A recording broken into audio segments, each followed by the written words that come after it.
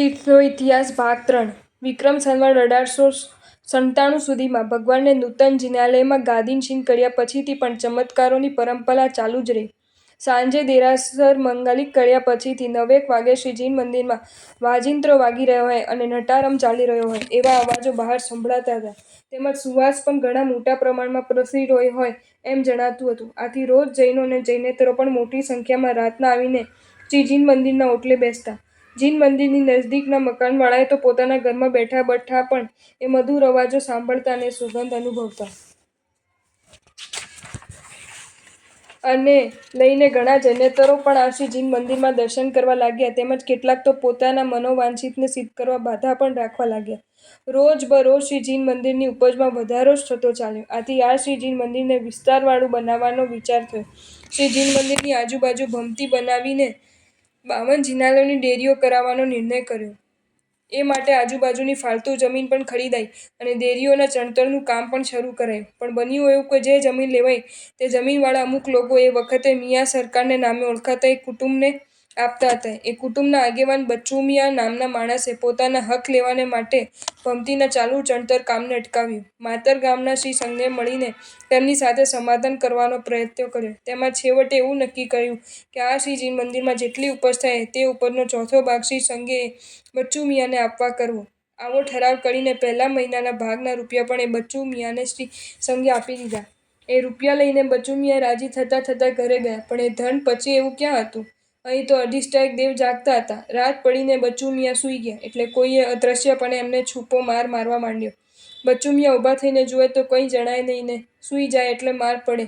આથી બચ્ચુ મિયાંને ઉજાગરા ઉપર ઉજાગરા થવા લાગ્યા. એમણે ઘણા ઉપાયો અજમાવી જોયા પણ એમાં કંઈ વળ્યું નહીં.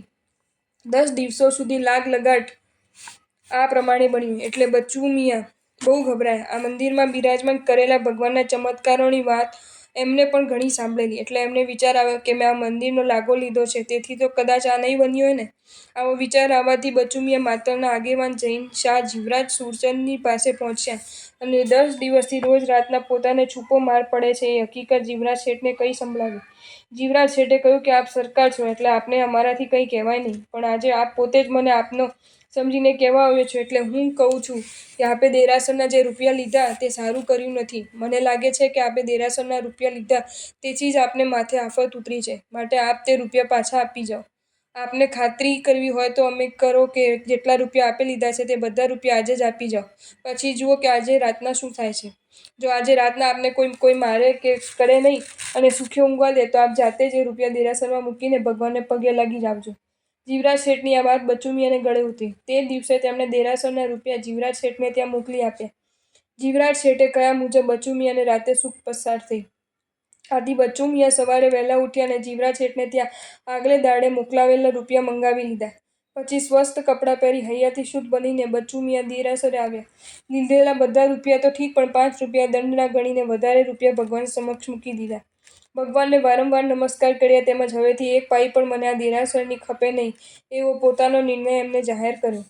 હવે તો એવું થઈ ગયું કે આ મંદિર અંગે જે વખતે જે સહાયની જરૂર પડે તે વખતે તે સહાય કરવા માટે આ બચ્ચુ મિયાં તૈયાર રહેવા લાગ્યા. ક્રમે કરીને 52 જિનાલયની ભમતીની ડેરીઓ તૈયાર થઈ ગઈ. એ ડેરીઓમાં બિરાજમાન કરવાને માટે પાલિતાનાથી શ્રી જીનબિંબોને લાવવામાં આવ્યા. ભગવાને ગાદીનશીલ કરવાના દિવસે તરીકે વિક્રમ સંવત 1897ના માહ સુદી પાંચમનો શુભ દિવસ નક્કી થયો. આ શુભ પ્રસંગ નિમિત્તે 28 મહોત્સવ ઉજવવાનું પણ નક્કી કરવામાં આવ્યું. માતરના શ્રી સંઘે આમંત્રણ પત્રિકાઓ છપાવી ગામોગામ શ્રી સંઘો અને આગેવાન ગ્રસ્તો ઉપર મોકલી આપી. પરિણામે આ માતર ગામમાં આશરે 40 થી 50 હજાર યાત્રીઓ આવી પહોંચ્યા. માતર ગામની આજુબાજુ 1 ગાંવ સુધી તંબુઓ નાખવામાં આવ્યા હતા. યાત્રીઓને સગવડ સાચવવાને માટે સારી વ્યવસ્થા રખવાઈ હતી. આ કામમાં માતરના મહાજને માતરના વસતા જૈનેતરોને અને સત્તાવાળાઓએ પણ ઘણી મોટી મદદ કરી હતી. માતરવાળા શેઠ અનોપચંદ જાદવજી અને અમદાવાદવાળા શેઠ હરિસિંહ કેસરીસિંહ તરફથી નક્કાશીઓ થઈ હતી. ખૂબી તો એ છે કે એટલી મોટી સંખ્યામાં યાત્રીઓ એકઠા થવા છતાં પણ કોઈને કાંઈ પણ ઈજા થવા પામી નહોતી. વિક્રમ સંવત 1921માં આ શ્રીજી મંદિરમાં રોજ રાતના જે દેવી નટારમ થતો હતો તે વિક્રમ સંવત 1920 સુધી તો બરાબર ચાલુ રહ્યો. વિક્રમ સંવત 1921માં એક એવો પ્રસંગ બની ગયો કે જેને લઈને અધિષ્ઠાયક દેવ કોપાયમાન થયા અને નટારમ વગેરે બંધ થઈ ગયું. એ પ્રસંગ એવો બન્યો જવા પામ્યો કે વિક્રમ સંવત 1921માં પાલિતાણામાં શ્રી અંજન છલાકાનો ભવ્ય મહોત્સવ ઉજવવાનો હોવાથી માતરના જૈનો તે પ્રસંગે ત્યાં જવાના હતા. એવામાં દેરાસરના ભૂલા નામના ગોઠીને અધિષ્ઠાયક દેવે સ્વપ્નમાં જણાવ્યું કે પાલિતાણામાં અંજન છલાકા પ્રસંગે રોગચાળો થવાનો છે, માટે અહીંથી કોઈ ત્યાં જાય નહીં એવું તું બધા શ્રાવકોને કહી દેજે અને કહેજે કે એ વખતે જે પાલિતાણા જશે તે દુઃખી થશે. પરંતુ ભૂલાએ ભવિત્યવતાશ ભૂલ કરી કે કોઈને પણ એને પોતાના સ્વપ્નની હકીકત જણાવી નહીં. આથી માતરના જૈનો પાલિતાણા જવાના હતા તે ગયા. અધિષ્ઠાયક દેવે સ્વપ્નમાં જેવું જણાવ્યું હતું તેવું જ પાલિતાણામાં બન્યું. પાલિતાણામાં રોગચાળો ફાટી નીકળ્યો અને એ જ સમયે માતરમાં પણ રોગચાળો ફાટી નીકળ્યો. એ બન્યું તેના બીજા દિવસે ભૂલો ગોઠી દેરાસરના દ્વાર ઉઘાડવા ગયો ત્યારે પહેલાં તો દેરાસરના દ્વાર જ ઉઘડ્યા નહીં. ભૂલા ગોઠીએ ભગવાનની બહુ સ્તુતિ કરી. તે પછી દેરાસરના દ્વાર તો ઉઘડ્યા, પણ જેવો ભૂલો ગોઠી દેરાસરમાં બેઠો કે તરત એના શરીર ઉપર મૂંગોને છૂપો માર પડવા લાગ્યો. સખત માર પડવાથી તે નીચી પડી ગયો અને મૂર્છા પામી ગયો. એ વખતે એને સૂચન મળ્યું કે તને સ્વપ્નમાં બધા જૈનોને પાલિતાણા નહીં જવાનું કહેવાનું જણાવેલું, છતાં પણ તે તમને કહ્યું નહીં તેનું આ ફળ છે. પછી સંધ્યાને પામેલા ભૂલા ગોઠીએ ખૂબ કરગડીને પોતાની ભૂલ બદલ માફી માંગવી પડી. હવે એને માર પડવો બંધ થઈ ગયો હતો એટલે ધીમે ધીમે તે ઊભો થયો. તેણે જોયું તો મૂલનાયક ભગવાનની અને મૂળ મંદિરમાંની બીજી પણ શ્રી જીન પ્રતિમાજીઓની આખી બેઠક જ ફરી ગયેલી. બધા ભગવંતોના મુખ ભીત તરફ થઈ ગયા અને સામે તો પીઠનો ભાગ જ જણાતો હતો. વળી શ્રી જીન પ્રતિમાઓના અંગો ઉપર શ્યામ ડાઘા પણ પડી ગયેલા. ભૂલો ગોઠી આ જોઈને તો વળી વધારે ગભરાઈ ગયો અને ભયભીત બનીને દેરાસરની બહાર આવીને બૂમો પાડવા લાગ્યો. ભૂલા ગોઠીની બૂમો સાંભળીને જૈનો અને જૈનેતરો મોટી સંખ્યામાં એકઠા થઈ ગયા. બનેલા બનાવની સઘળી હકીકત ભૂલા ગોઠીએ બધાને કહી સંભળાવી. આવી હકીકત સાંભળીને તત્કાલ તો કોઈ દેરાસરમાં પેસવાની હિંમત જ કરી શક્યું નહીં. પછી શેઠ હકમચંદ દેવચંદ નામના એક વૃદ્ધ શ્રાવક શ્રી જૈન મંદિરમાં પહેલાં જવાને તૈયાર થયા. બહારથી જ ભગવાનની સ્તુતિ કરીને ભાગ્યવાન અંદર બેઠા. અંદર જઈને તેમણે જોયું તો બધા ભગવાન પૂઠ ફેરવીને બિરાજેલા જણાયા. શેઠ હકમચંદે એવી સ્થિતિમાં સઘળાય પ્રતિમાજીની પ્રક્ષાલનિધિપૂર્વક પૂજા કરી. એ પછી ભગવંતોની બેઠકને ફરીથી બરાબર કરવાના ઘણા પ્રયત્ન થયા, પરંતુ એમાં કંઈ વાળ્યું નહીં. લગભગ 6 મહિના સુધી ભગવાન અવળા મુખે જ બિરાજમાન રહ્યા. એટલામાં કોઈ મુનિ મહારાજ માતરમાં પધાર્યા. શ્રી સંઘે તેમને ભૂતકાળની સઘળી હકીકતોથી વાકેફ કર્યા. એ મુનિ મહારાજે શ્રાવકોની પાસે કોઈ વિશિષ્ટ વિધિ કરાવીને સફળ પણ થઈ. એ વિધિ પૂર્ણ થતાં શેઠ હકમચંદ દેવચંદના સુપુત્ર મોતીલાલે ભગવાનની સ્તુતિ કરીને ભગવાનની પલાઠીએ જ્યાં માત્ર આંગળી ચડાડી ત્યાં તો બધાના ભારે આશ્ચર્ય વચ્ચે સઘળાય પ્રતિમાજી આપોઆપ પૂર્વે જેમ હતા તેમ બિરાજમાન થઈ ગયા.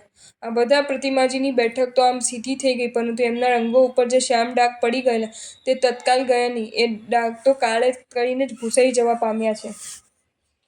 વિક્રમ સંવત 1939માં આમ વિક્રમ સંવત 1921થી દેરાસરના રાતના સમયે રોજ થતો નટારમ વગેરે બંધ થઈ ગયો. વિક્રમ સંવત 1939માં શ્રાવણ સુદ ચોથના દિવસે ફરીથી બીજો ચમત્કાર બન્યો. મૂલનાયક ભગવાનની ઉપરનો શિખરનો ભાગ ઓચિંતો તૂટી પડ્યો. ઘીનો અખંડ દીવો બુઝાઈ ગયો. આ વખતે પણ માત્ર માધવ નામનો ગોઠી જ હાજર હતો. એને બધા શ્રાવકોને એકઠા કર્યા. આ બનાવથી સૌના મન શંકાશીલ અને ભયગ્રસ્ત બની ગયા. આ વખતે તો ખબરે પડી નહીં કે કોઈ અજ્ઞાનતા થઈ અને તેનું પરિણામ આવું આવ્યું. એ જ વર્ષે માતરની જૈન જ્ઞાતિમાં 2 તડ પડ્યા અને બંને તડના શેઠિયાઓને જીવ્યા ત્યાં સુધી એ તડ કાયમ રહ્યા. વિક્રમ સંવત 1945માં પડી ગયેલા શિખરને ફરી ચડાવવાનું કામ 6 વર્ષ સુધી લંબાયું કર્યું. આખરે વિક્રમ સંવત 1945ના જેઠ વદી દસમના શુભ દિને શિખર ચડાવી નવીન ધ્વજા ચડાવવામાં આવી. આ જ શુભ મુહૂર્તે ભમતીની દેરીઓ ઉપર પણ ધ્વજાઓ ચડાવાઈ. આ શુભ પ્રસંગે પણ દેશ દેશાવરમાંથી હજારો યાત્રિકો આવી પહોંચ્યા હતા. અમદાવાદના શેઠ મગનલાલ કરમચંદે કરાવેલી તથા હઠીસિંહ કેસરીસિંહે કરાવેલી અને માતરના જૈનોએ તથા વૈષ્ણવોએ કરાવેલી કુલ 10 ધર્મશાળાઓ ચિક્કાર ભરાઈ ગઈ. ગામના રહેવાસીઓ તકલીફ વેઠીને પોતપોતાના ઘરોમાં પણ ઉતારો આપ્યો, છતાં યાત્રુઓનો સમાવેશ થઈ શક્યો નહીં. તેથી તંબુઓ બાંધવામાં આવ્યા. જેઠ વદી દસમના દિને માતરના શ્રાવકો તરફથી નવકાશી પણ થઈ હતી. જો તમને આ વિડીયો ગમ્યો હોય તો આ વિડીયોને લાઇક કરો અને શેર કરો અને આવા જ નવા વિડીયો જોવા માટે જૈન ફેક્ટ્સ એન્ડ સ્ટોરીઝની ચેનલને સબસ્ક્રાઈબ કરો. ધન્યવાદ.